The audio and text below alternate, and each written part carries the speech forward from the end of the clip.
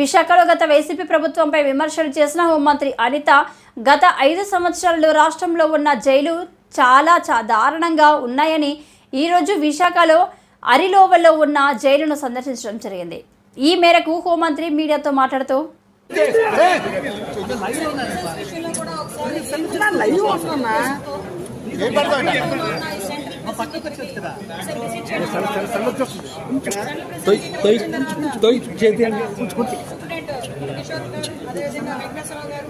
Staff మొత్తం ఇక్కడ స్వాగతం పలికి లోపలికి తీసుకెళ్ళి ఈచ్ అండ్ ఎవ్రీథింగ్ క్లియర్గా చూపిస్తుంది.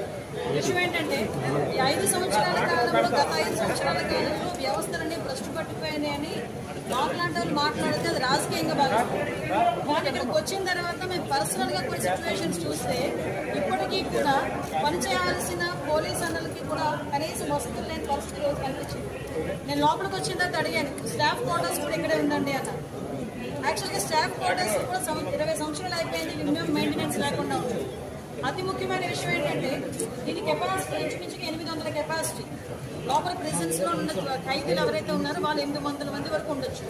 కానీ పెరిగిన నేరాల దృష్ట్యా అనుకోవాలో లేకపోతే వాటి ఏం జరిగినా 2000 మందికి పైగా ఈరోజు జైల్లోని అక్కడ ఉండడం పరిస్థితి. లోపలికి వెళ్ళి చూస్తే విధాకరమైన సంఘటనలు ఉన్నాయి కదా. చిన్న చిన్న పిల్లలు 17 సంవత్సరాలు 18 సంవత్సరాలు 20 సంవత్సరాలు పిల్లలు గంజాయి కేసుల్లో వాళ్ళందరూ కూడా ఈరోజు ట్రయల్స్ నడిచి రిమాండ్ ఖైదీలుగా ఉన్నారు. ఒక్కొక్కరు 7 నెలలు 11 నెలలు. వాళ్ళతో నేను మాట్లాడితే ఏం చేసావయ్యా, ఎందుకు తీసుకొచ్చారని అడిగితే 10,000 రూపాయలకి నాకు ఇస్తానన్నారమ్మా, నాకు ఈ ప్యాకెట్ తీసుకెళ్ళిమ్మన్నారు, సో నేను ఇచ్చాను, నేను అరెస్ట్ అయ్యాను. అంటే విషయం ఏంటంటే చాలా మంది గిరిజనులు ఈరోజు ఇబ్బందులు పడే పరిస్థితి కనిపిస్తున్నారు. నేను గాంజా మీద దృష్టి పెట్టిన తర్వాత ఎస్పెషల్ అసలు ఏం జరుగుతుంది లోపల తెలుసుకుందాం అనే ఉద్దేశంతోనే నేను వెళ్ళడం జరిగింది. అక్కడికి వెళ్ళిన తర్వాత చాలా ఆశ్చర్యకరమైన సంఘటనలు ఏంటంటే ఈ 5,000 రూపాయలకి 10,000 రూపాయలకి వాళ్ళకి భూములు అంటే వాళ్ళకి గడవక చేసే పనులకి అది నేను కరెక్ట్ అని చెప్పట్లేదు, అది కూడా తప్పే. కానీ ఎవరైతే మెయిన్ వెండర్స్ ఉన్నారో వాళ్ళేమో బయట దర్జాగా తిరుగుతున్నారు. ఇలా పూట గడవక చేసిన వాళ్ళందరూ కూడా జైల్లో మగ్గిపోతున్నారు. సో ఇటువంటి సిచ్యువేషన్స్ ఒకటి మనం చూసాం.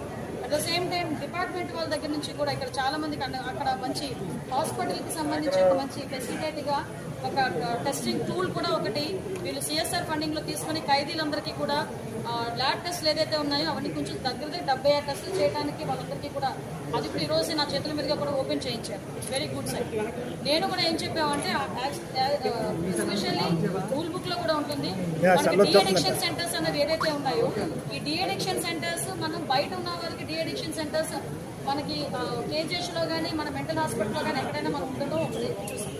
కానీ ఇక్కడ హాస్పిటల్ ఫెసిలిటీ ఉంది. ఇక్కడ కనుక మనకు ఒక 20 బెడ్డో 30 బెడ్డో కనుక ఇన్పేషెంట్ల కింద ఇక్కడే ఇచ్చి హాస్పిటల్లో డాక్టర్స్ని కనుక కంపల్సరీ ప్రొవైడ్ చేస్తే లోపల చాలా మంది గంజాయికి అడిక్ట్ అయిపోయి ఆ గంజాయి ఎక్కడి నుంచి వస్తుందో వాళ్ళు ఎదురు చూడటం, కొంతమంది ఈ బిజినెస్ దగ్గరికి వచ్చినప్పుడు ఆ గంజా ప్యాకెట్స్ వేసేయడం, కొంతమంది ఏమో వాల్ దగ్గర నుంచి వేసేయడం, అంటే రకరకాల విన్యాసాలు చేస్తుంటారు. అలాంటివన్నీ అరికట్టాలి అనుకుంటే లోపలే ఒక ఎడిక్షన్ సెంటర్ డీఅడిక్షన్ సెంటర్ అన్నది డెఫినెట్గా మనం రన్ చేసుకుంటే బాగుంటుందని ప్రతిపాదన కూడా ఉంది. దీన్ని కూడా మనం ఒకసారి లీగల్గా అడ్వైస్ తీసుకొని అది ఎలా చేస్తే బాగుంటుందని దాని మీద కూడా దృష్టి పెట్టడం జరుగుతుంది. అది కూడా జరిగింది. ఎస్పెషల్లీ జైలు శాఖ సిబ్బంది కూడా చాలా మంది వాళ్ళ తాలూకా ఇబ్బందులు కూడా చెప్తున్నారు.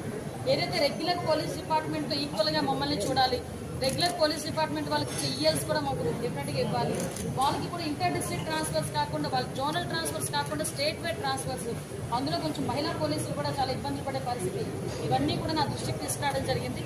కంపల్సరీగా వీటన్నిటి మీద కూడా సమీక్ష ఏర్పాటు చేసుకొని అఫీషియల్స్తో అదేవిధంగా లీగల్ అడ్వైజర్స్తో కూడా కూర్చొని అందరికీ కూడా ముఖ్యంగా పోలీస్ డిపార్ట్మెంట్ వాళ్ళందరికీ కూడా ఫ్రెండ్లీ పోలీసింగ్ కింద పోలీస్ వెల్ఫేర్ కింద డెఫినెట్గా వీళ్ళందరికీ కూడా మంచి జరగాలని మంచి జరుగుతుందని కూడా నేను ఆశిస్తున్నాను.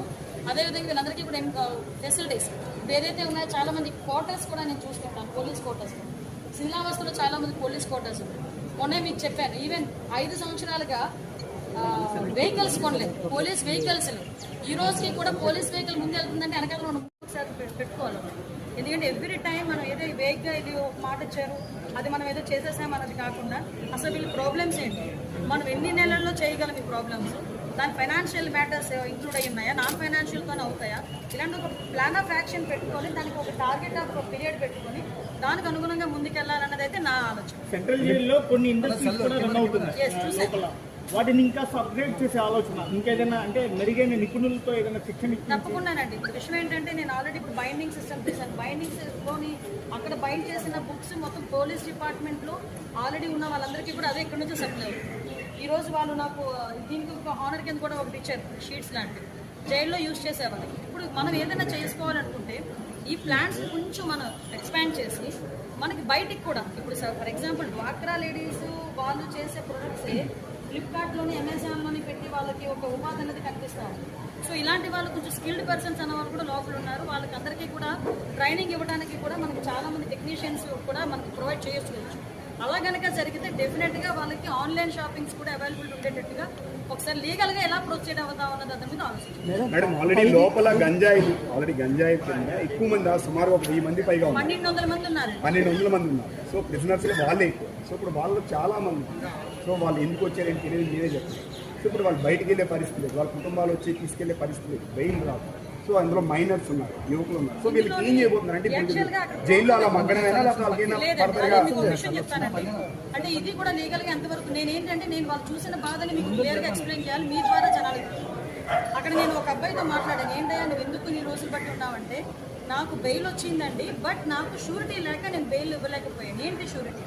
ఒక ఎస్టీ అబ్బాయికి ఇల్లు కానీ పొలం కానీ షూరిటీ పెడతాను, ఇల్లు కానీ పొలం కానీ షూరిటీ పెడితేనే అది లీగల్గా ఒకసారి నేను కూడా దించాను. ఎందుకంటే వాళ్ళు 10,000కి 5,000కి గాంజాని అక్కడికి ఇక్కడికి ట్రాన్స్పోర్ట్ చేసే వాళ్ళు ఇల్లు వాకిలు ఉంటుందని మనం అనుకోలేము బేసికల్గా. ఓకే, ఇల్లు వచ్చినా కూడా గవర్నమెంట్ది ఉంటుంది, గవర్నమెంట్ది మనం ఎక్కడ కూడా మనం పెట్టడానికి కూడా ఉంది. సో అసలు లీగల్గా అసలు ఏం జరుగుతుంది నాకేదో పెద్ద క్వశ్చన్ బ్యాంక్ అయింది నాకు లోపలికి వెళ్ళి బయటకు వచ్చేసరికి. డెఫినెట్గా నేనైతే నోట్ చేసుకున్నా.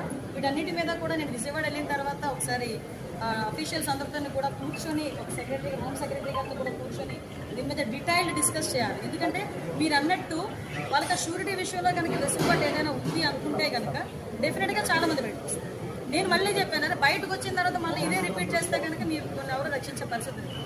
నిజంగా తప్పు చేయకుండా లోపలికి వెళ్ళారంటే వాళ్ళు ఎట్టి పరిస్థితుల్లోని టాలరేట్ చేయకుండా వాళ్ళకి ఏదో రకంగా జరగాలి.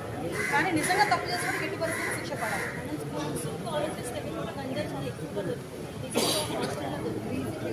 మీరు హాస్టల్ అంటున్నారంటే నా పక్క కాన్షియన్స్ రూమ్లో ఈరోజు ఒక అతను నాతో చెవులో చెప్తున్నాడు, 7 సంవత్సరాల పిల్లోడు డ్రగ్స్ గాంజా తీసుకొని రోజు ఇంటికి వెళ్ళేటప్పుడు